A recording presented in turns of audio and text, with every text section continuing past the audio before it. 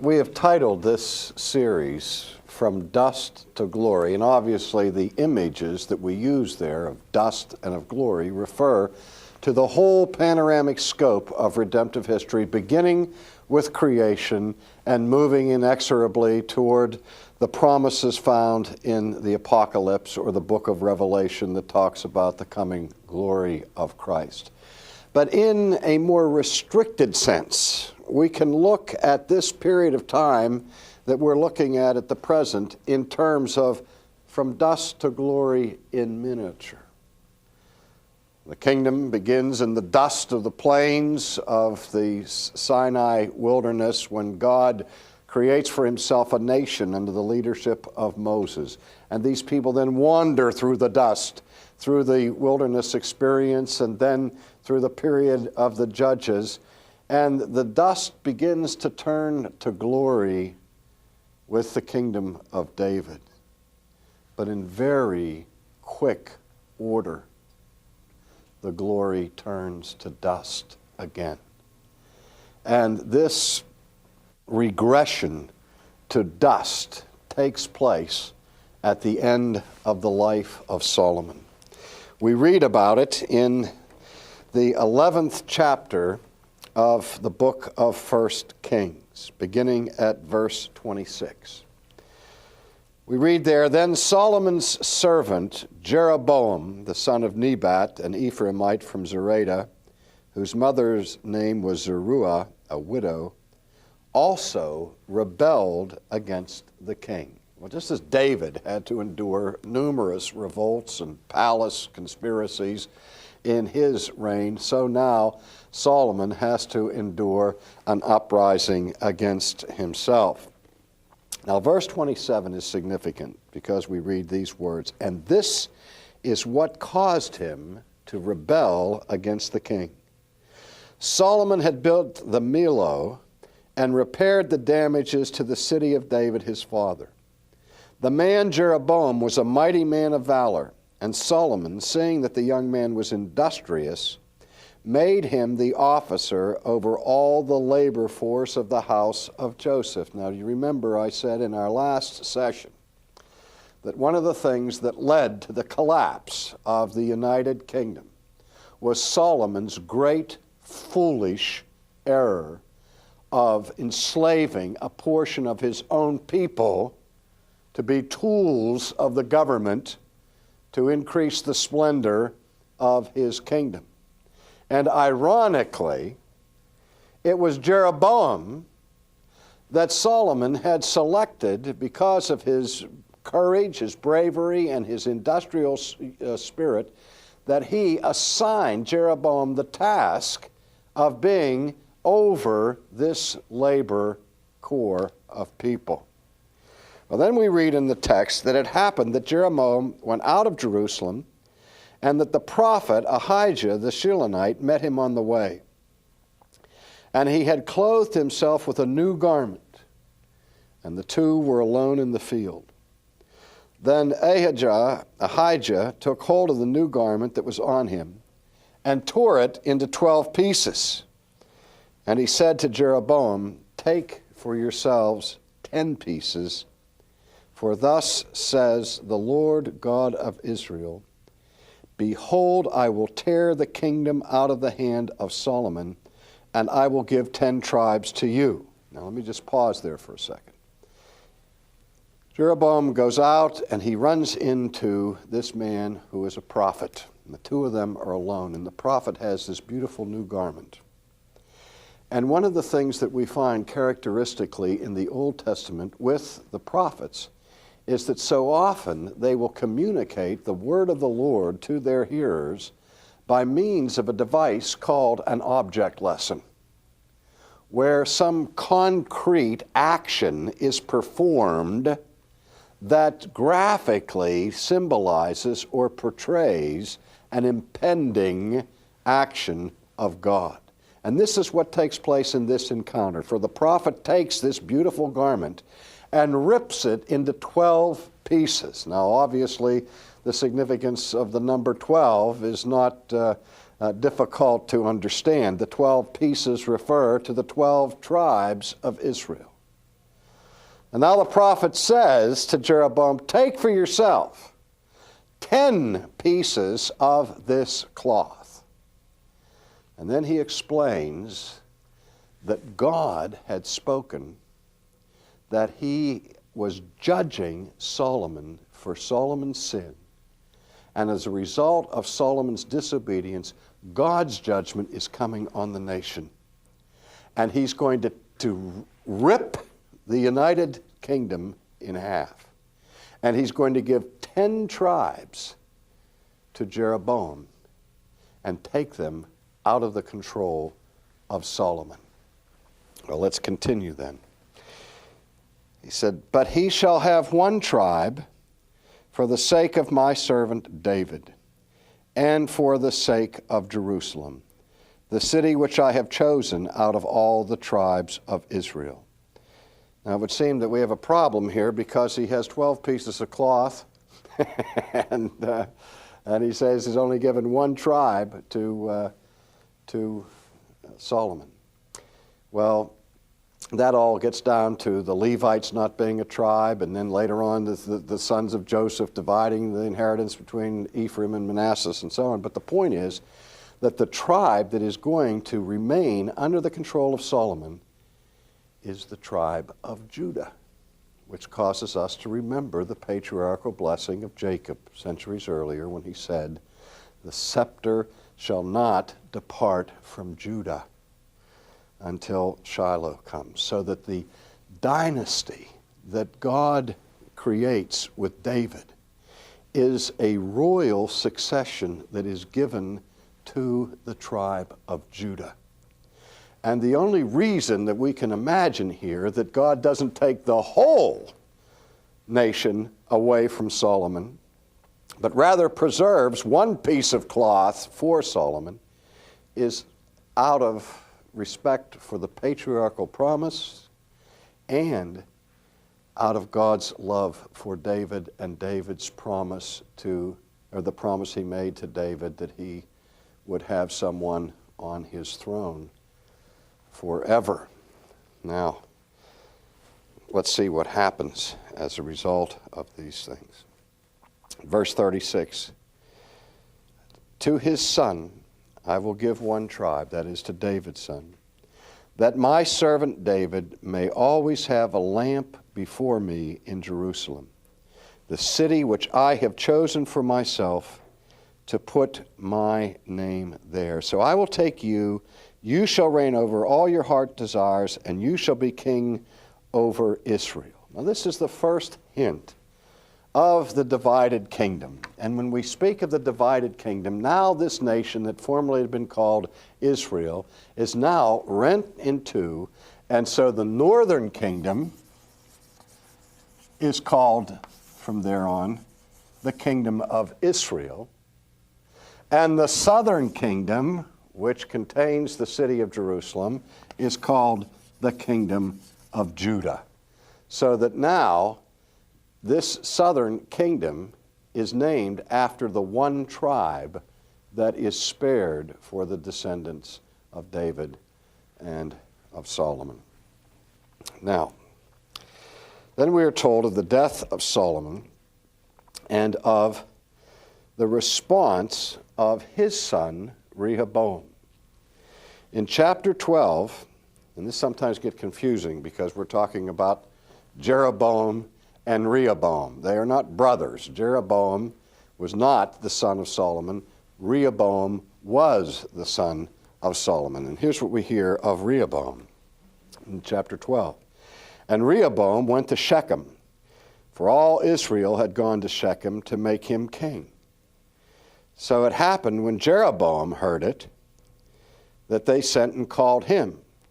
And Jeroboam and the whole assembly of Israel came and spoke to Rehoboam, saying, your father made our yoke heavy. Now therefore lighten the burdensome service of your father and his heavy yoke which he put on, and we will serve you. And so he said to them, depart for 3 days, and then come back to me. And the people departed. So then King Rehoboam consulted the elders who stood before his father Solomon while he still lived and said, how do you advise me to answer these people? Now, do you see what's happened? There's this big gathering in Shechem. And Jeroboam comes with his whole army. And he has now the power to turn all these tribes against the successor of Solomon, whose name is Rehoboam. But he gives Rehoboam the opportunity to preserve the union, to preserve the nation. He says, your father's hand was heavy upon us. Now, what's that referring to? It's referring to the very enterprise that Jeroboam himself was engaged in, this enforced labor of his own people. And because of that, these people are restless, and they're ready to bolt. They are ready for a civil war. But Jeroboam says to Rehoboam, if you promise us to put an end to this kind of oppression, we will all be loyal to your kingship, and there won't be any division, there won't be any split. And so Rehoboam basically says, let me think about it. He says, depart from here for 3 days, and we'll come together and see what happens. And so in the interim, Rehoboam consults his elders, seeking their counsel. And he said, how do you advise me to answer these people? And they spoke to him, saying, if you will be a servant to these people today and serve them and answer them and speak good words to them, then they will be your servants forever. Boy, is that great wisdom. What are they saying to Rehoboam? You want these people to serve you? Well, if you want them to serve you, you need to serve them. Because the role of the king is not to oppress his people, but to serve his people. The king is to be a servant of God, being of service to the people he rules. As we said early on, when the kingdom was first established, the king of Israel was never given the authority of autonomy. Every king in the nation was accountable to the king's law, to be subservient to Yahweh, who alone was to be the supreme king of the people.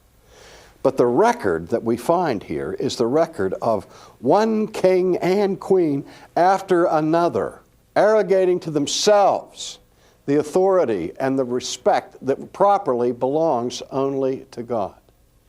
And so now the advice and counsel of the elders to Rehoboam is, serve the people, and they will serve you. Well, listen to his response. But he rejected the advice which the elders had given and consulted the young men who had grown up with him, who stood before him. And he said to them, what advice do you give? How should we answer this people who have spoken to me, saying, lighten the yoke which your father put on us? Then the young men who had grown up with him spoke to him, saying, thus you should speak to this people who have spoken to you, saying, your father made our yoke heavy, but you make it lighter on us. Thus you shall say to them, my little finger shall be thicker than my father's waist. And now, whereas my father put a heavy yoke on you, I will add to your yoke. My father chastised you with whips, I will chastise you with scourges. The young bucks are full of themselves. And they grow up and they're sharing and basking in the power of Rehoboam. And they say to him, don't listen to the old men who are weak, and they want you to lessen and diminish the power that you have. Let us stand with you, seize the power, don't give up an inch of that power, and say to these people, my little finger is going to be thicker than my father's waist. If you think you were in trouble with him, then you better buckle under, or I'm really going to put it to you in a way that you've never imagined.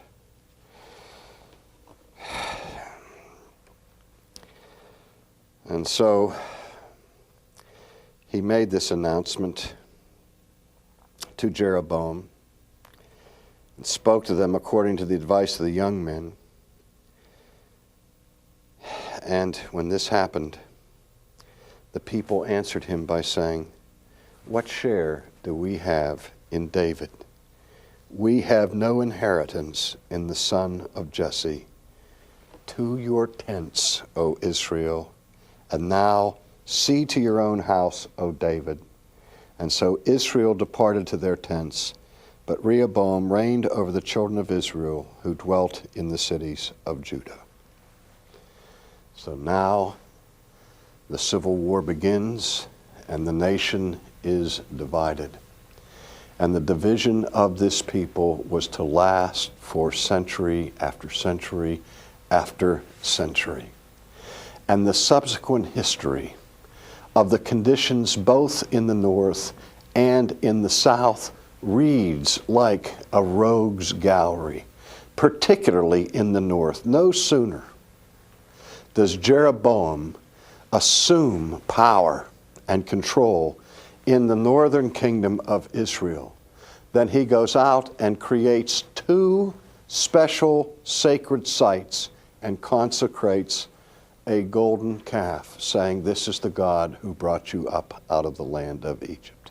He no sooner assumes the power of the northern kingdom than he directs the people into the practice of idolatry. And that becomes a microcosm of the future history of the northern kingdom. Let me just say a couple of things about this period of the divided kingdom that is chronicled here, both in the book of 1st and 2nd Chronicles and in the book of Kings. And I know that people get bogged down reading through this period, but the history that unfolds in the days to come is absolutely crucial to understanding the whole scope of Old Testament faith. The northern kingdom, after the time of division, lasts just about 200 years. And in that 200-year period, there are 20 kings. Now you figured out that the average length of monarchy in the northern kingdom for the rest of its history was 10 years. Now some of them didn't last 10 weeks, but the average is 10 years. And in that period of 200 years, there are 20 kings, 9 families. 9 different dynasties compete for ascendancy in the northern kingdom. You know, we talk about in British history the Tudors and the Windsors and so on, and you talk about the different houses or families from which the monarchs come. Well, in the northern kingdom, there is so much disruption, so much division, so much intrigue, so much internecine rivalry going on that there is no stability. 20 kings, 9 different families. One of the most significant families in the northern kingdom was the so-called House of Omri. Omri was significant for establishing a rival central capital and central place of worship to Judah and Jerusalem.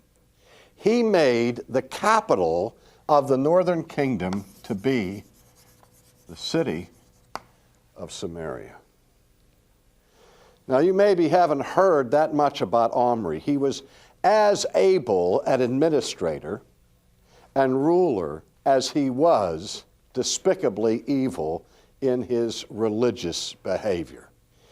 Omri really accentuated the turning of the northern kingdom to idolatrous practice. And perhaps the most illustrious descendant of Omri in his dynasty was a fellow that you have heard of, who's immortalized, if nowhere else, by Herman Melville as the captain of the Pequod in the novel Moby Dick. Ahab, who becomes the king over the northern kingdom. And Ahab becomes synonymous with evil. And Ahab marries a woman who is militantly pagan and whose desire is to convert the northern kingdom to the worship of her gods, to the renaissance of idolatry in the land. And her name, of course, was Jezebel. She has become so associated with wickedness that even in this day, if a woman is known for extraordinary evil, we say of her, she is a Jezebel. And it was the wickedness in the northern kingdom that provoked in the first instance the uprising of a whole new line of prophets spearheaded by Elijah, whom we'll look at later. In the meantime, in the southern kingdom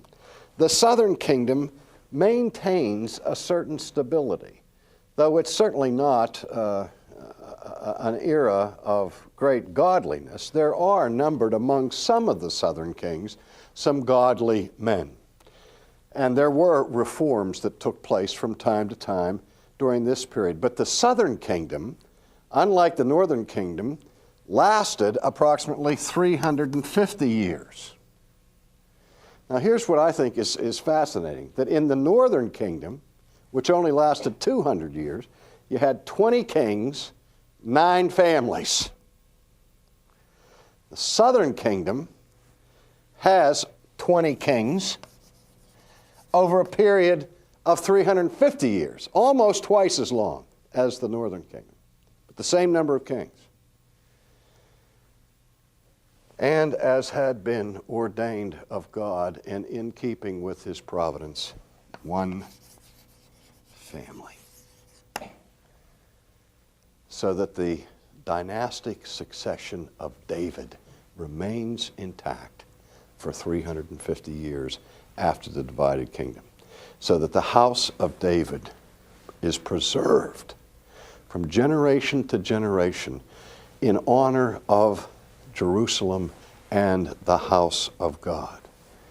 In 722, the northern kingdom fell to the Assyrian invaders, and the people of the north were taken away captive. In 587 BC, Jerusalem fell to the Babylonians.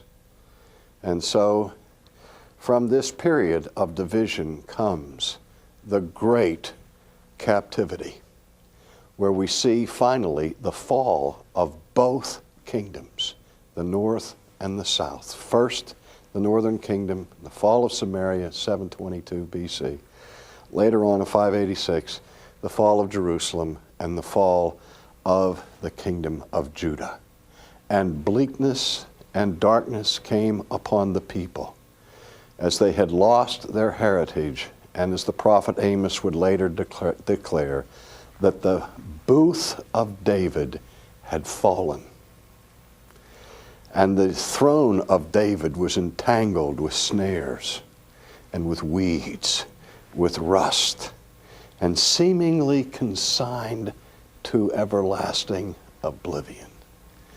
But for the promise of God to his servant David, that he would establish his throne forever. And as Amos would say in the coming future, God promises to restore the fallen booth of David.